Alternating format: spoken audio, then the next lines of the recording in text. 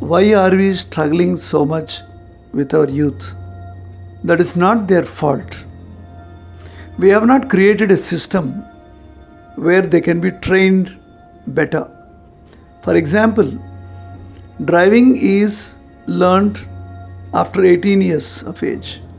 But driving skills, driving knowledge, driving discipline, driving care can be taught in a much younger age. You doesn't have to drive, but at least learn how to behave during driving. Because the early learning years will lead to permanent memory. But you want to teach them very late. It's not possible. That's why even a well-educated, well-trained people drive very, very badly.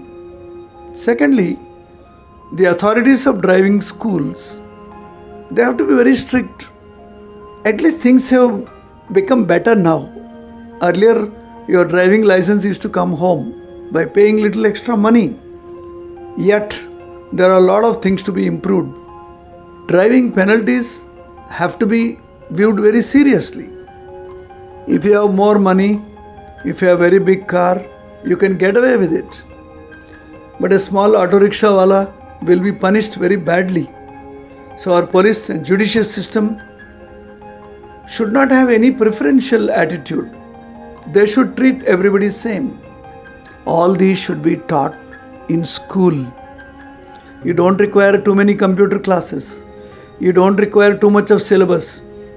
Children should be taught about all the parts of the driving so that eventually when they become adults, they are already well equipped in their mind. So this is very important.